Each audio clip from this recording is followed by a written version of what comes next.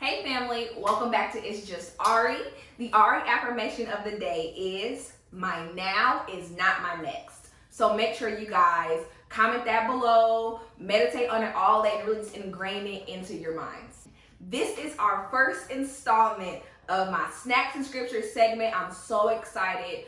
I think that my faith and religion as a whole is one of those things that I've really been on my own journey with for the past, for my life, honestly. I was raised not super in the church. Not until my dad got married when I was about 8 or 9. Then I was in church every Sunday. I was in the choir. I was doing youth ministry, praise dance, and I played the drums. I did so much in the church. Then I went off to college and don't think I went to church the whole time I was there. And so when I came back home from school, I like to figure out my own spiritual journey. Not because my mom or my dad was telling me to go, but what did I want my relationship with Christ or any higher power to look like?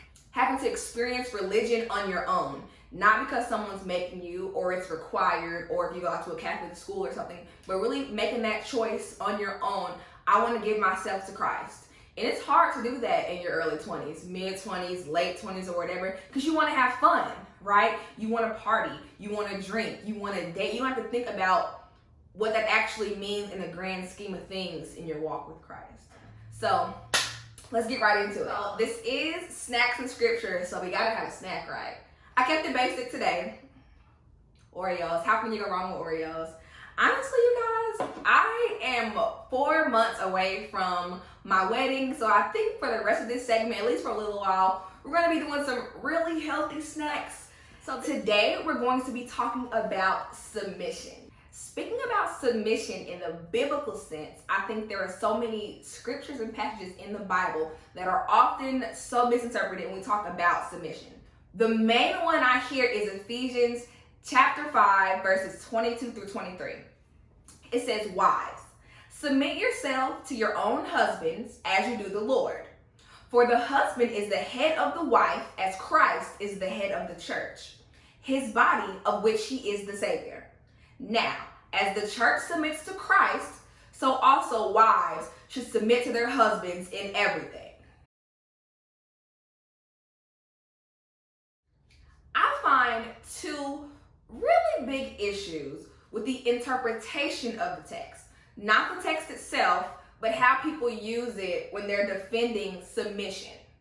The first is, a lot of men use this passage to really justify controlling, abusive, and overall toxic behavior. I don't think that God is saying for women to blindly follow their husband or their mate in everything, just whatever he says, yes, babe, I got it. I don't think that's what God was intending in that passage. It doesn't mean that women should just obey without any discussion, without any questions, without any conversations or compromise. That isn't what this passage is saying. And the next verse in that passage, which we never hear as often, also urges husbands to love their wives just as much as Christ loves the church. We don't hear that one being talked about as much.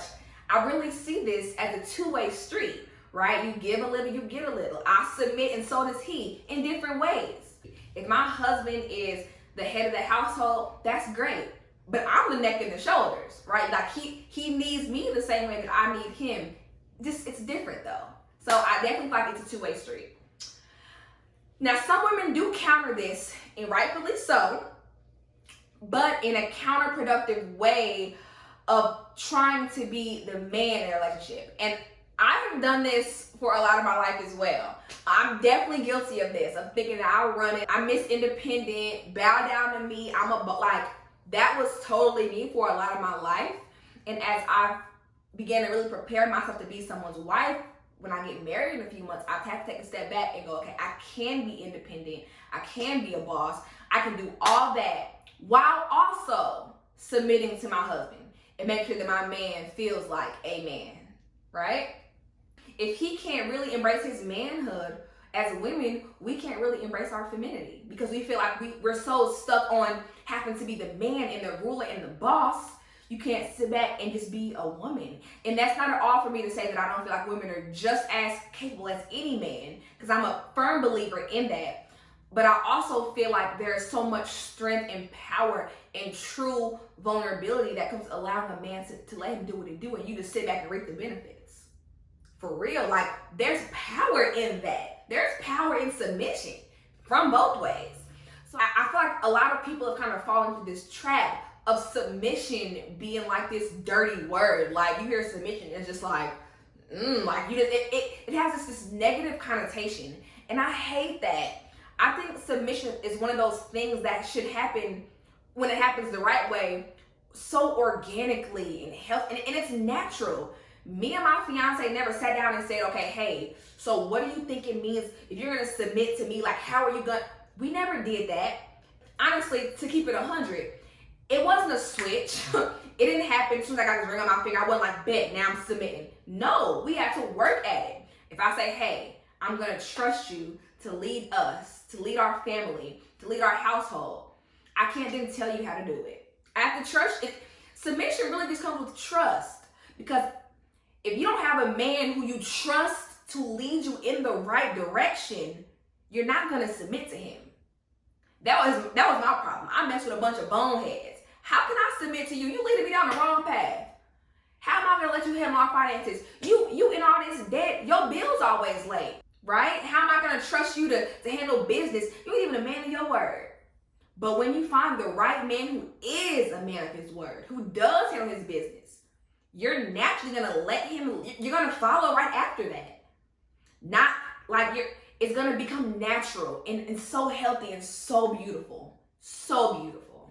And when you understand submission, how God intended submission to be, it eliminates the need for us as women to prove our independence, to prove how much of a boss we are. Because God wasn't saying we can't do that. Because my man knows, and if there's ever a time where we need to, and there always is a time when a woman has to step up and go, I got this, babe. When that time comes, oh, we're ready. We've been ready. We've always had that in our bag.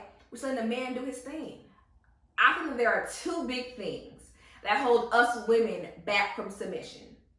One is past hurt. Two is insecurity. These really make us build walls around our heart and around our emotions so that we can't even let people in, let alone let somebody else lead us. You have to really heal yourself first, so you're not blaming or even projecting past hurt, past trauma, past relationship drama into your new relationship. You have to heal first. Because if I don't trust you, if I think you're going to do me the same way as my ex and my other ex did me, how am I going to submit to you? If I don't heal from that and I project that onto my new relationship, it'll never work. I'll never be able to submit. Relationships require so much balance, and so does submission. I'm not saying agree with everything your man says because you're submitting to him. But I'm also not saying fight against everything your man says, right? There are definitely times when I probably feel like with my fiance, I wouldn't handle that way. That's not how I would handle it. But I have to trust him to figure it out and to do it. And if it doesn't work, I can't be, see, babe, I told you I would have. No, it's okay, but let's figure it out. Let's figure out our next course of action. And you work through it together. You don't beat them while it's already down, because I guarantee the right kind of man, when he makes a kind of mistake, he feels bad enough. He feels bad. What's us adding on to it as women gonna do besides tear him down more? And I think that definitely comes with submission. So here are some tips if you're trying to work in your relationship or your marriage to really get better with submission. Tip number 1, let him take the lead.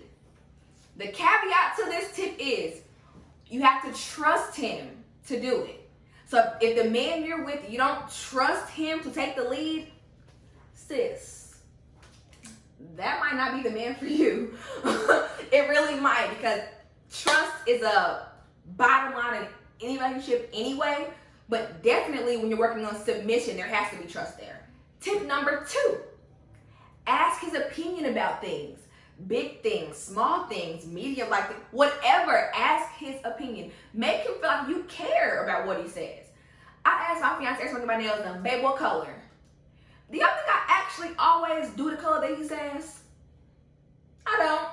But I bet he loves when I ask him, right? If I, babe, what do you want to eat for dinner tonight? It's just ways like that to show him like I care about your input. I care about your opinion. What can I do to make this best for you? And it's almost kind of like that catering aspect of a relationship. That don't mean he's, hey, fix my dinner, hey, like that. I'm not saying that's okay. Because my man, we don't play them type of games. But I want to make sure that he knows I value his opinion. So I'm going to ask for it. Number 3, think of his needs. This is one that I really struggled with as I've transitioned from being, just me, just Ari, to being somebody's wife.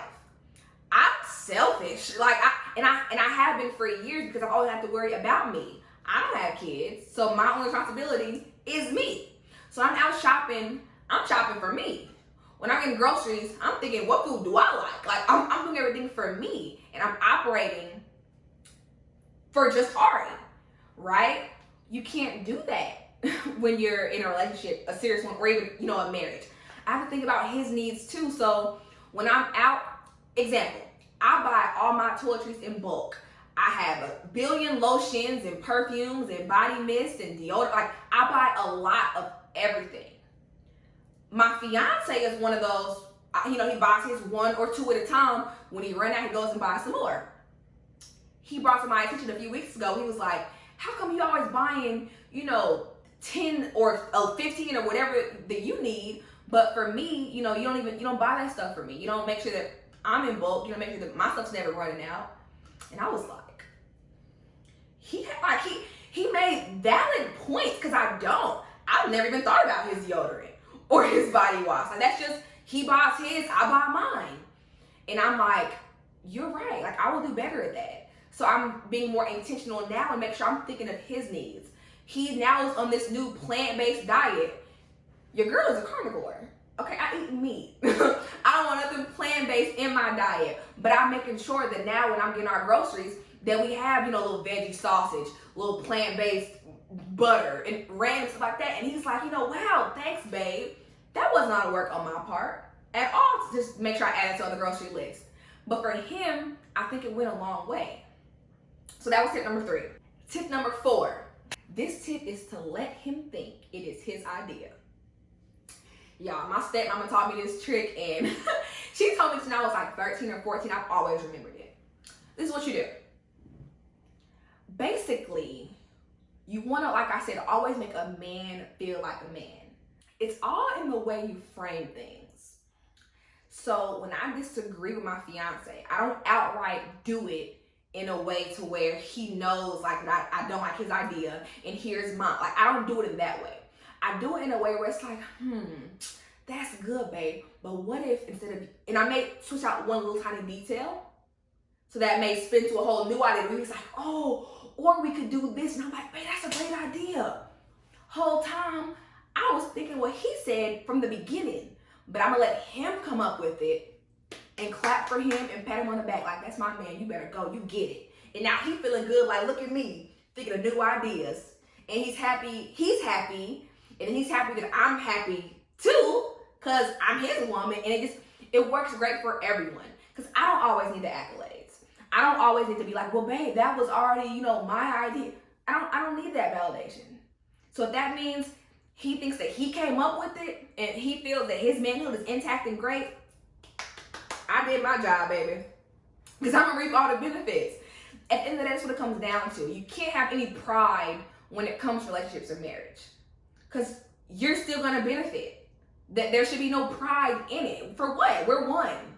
What do I have pride in it for? It doesn't matter. Thank you guys so much.